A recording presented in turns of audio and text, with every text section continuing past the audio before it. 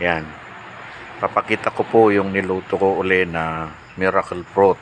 Yan na po yung katas niya o yung juice. Yan. Niluto po namin. Doon po dalawang kaldero. Kaserola po yung isa. Pinaglutuan namin. Yan. Ito.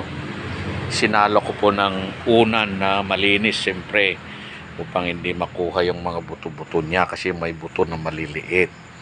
Nalulusaw po, hindi nilalagyan ng tubig. Gaganon na siya. Yan na po yung juice na maraming maitutulong sa mga may mga karamdaman. Maganda po ito pampalakas ng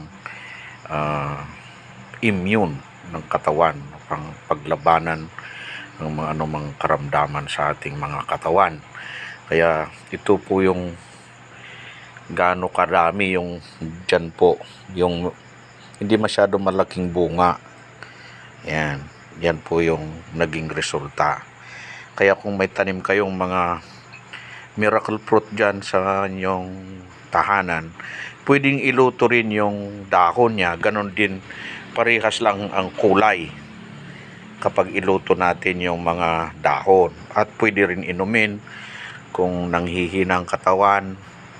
Maganda pong inumin yan. Mayroon isang patutuo po na yung dahon lang ang niluto tapos pinainom sa anak ay itinai raw yung mga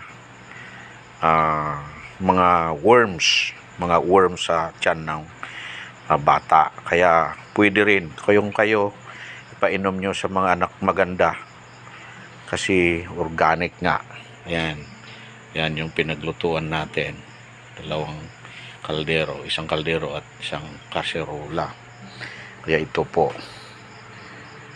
pagpalain po tayo ng Diyos sa ating ginagawa upang po tayo maging healthy.